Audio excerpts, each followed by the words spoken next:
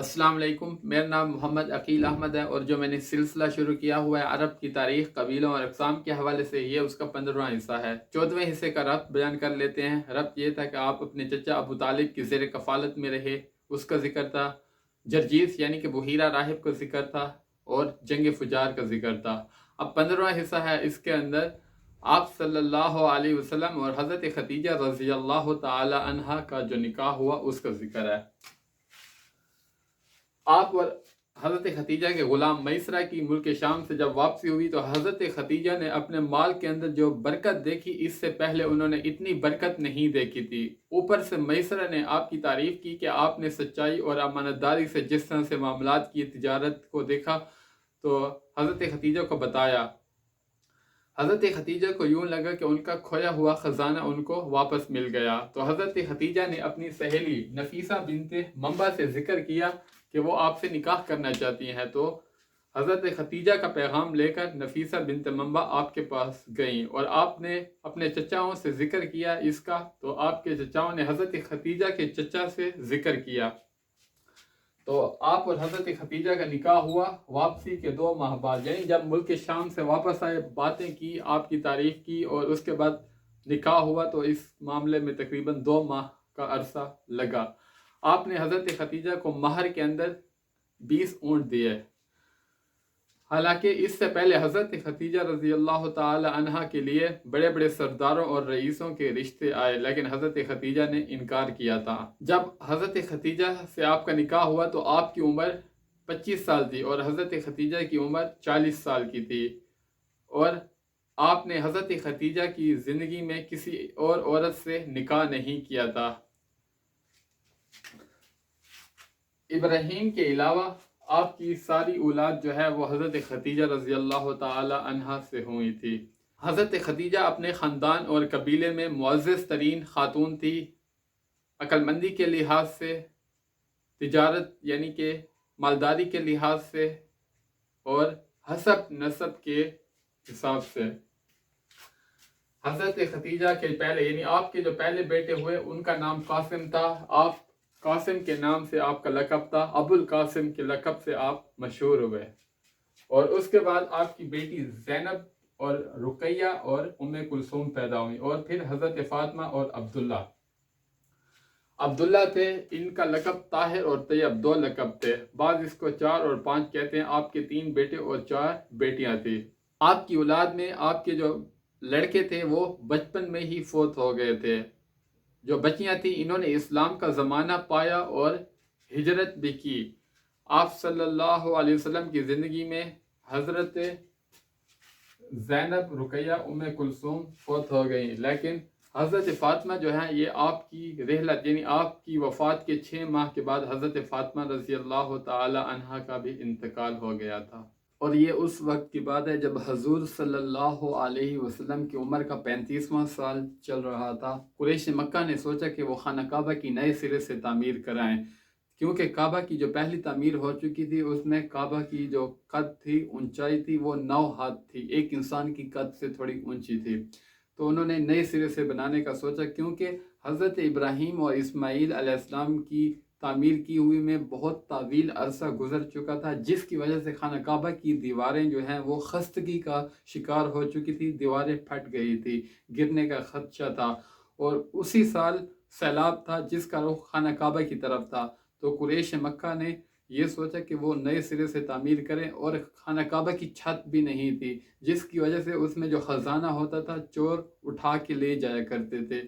तो इसलिए उन्होंने खाना काबा को नए सिरे से तामीर करने का सोचा, और खाना काबा का मर्तबा और मकाम को बरकरार रखने के लिए उन्होंने ये तय किया कि वो खाना काबा को ज़रूर नए सिरे से तामीर करेंगे।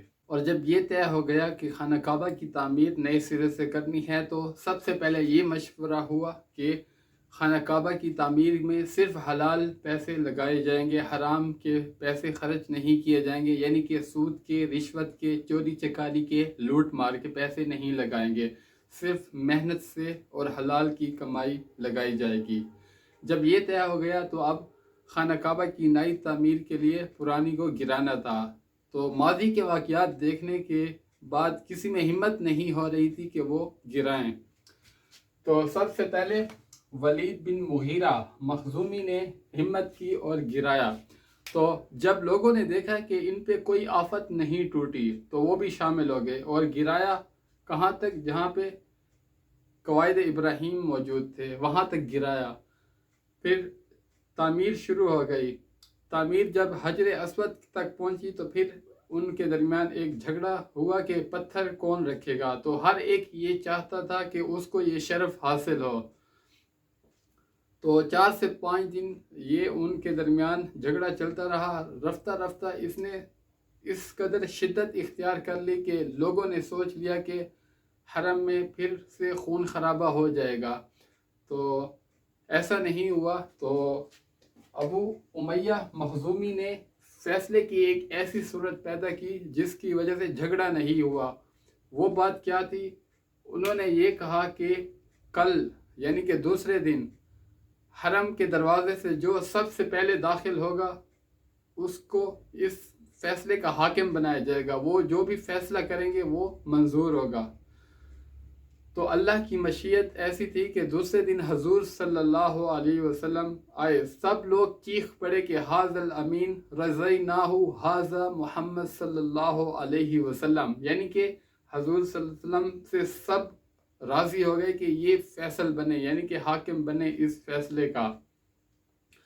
تو حضور صلی اللہ علیہ وسلم نے ان کی بات سنی، سب نے اپنی بات آگے رکھی، تو حضور صلی اللہ علیہ وسلم نے ایک چادر منگوائی اور اس میں حجر اسود کو اپنے ہاتھ مبارک سے رکھا اور سب کو کہا کہ چادر کے کناروں سے پکڑ لیں۔ سب نے کناروں سے پکڑا اور حجر اسود کے مقام پہ جب چادر لے گئے تو حضور صلی اللہ علیہ وسلم نے اپنے ہاتھ مبارک سے وہاں پہ حجر اسود کو نصب کر دیا۔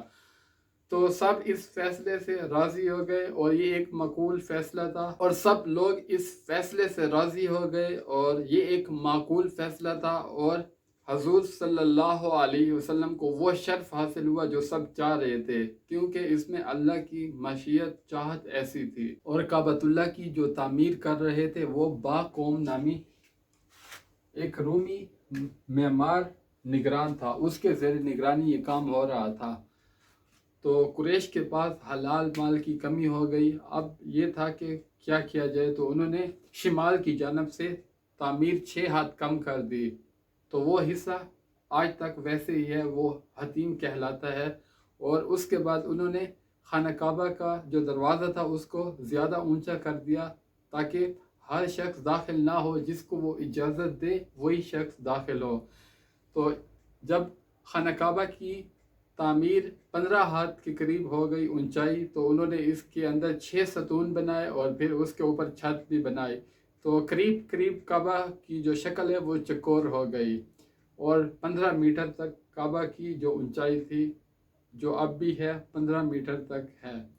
تو اس کے مطابق آج بھی کعبہ ویسا ہی ہے جیسے کہ قریش نے اسے تعمیر کیا تھا۔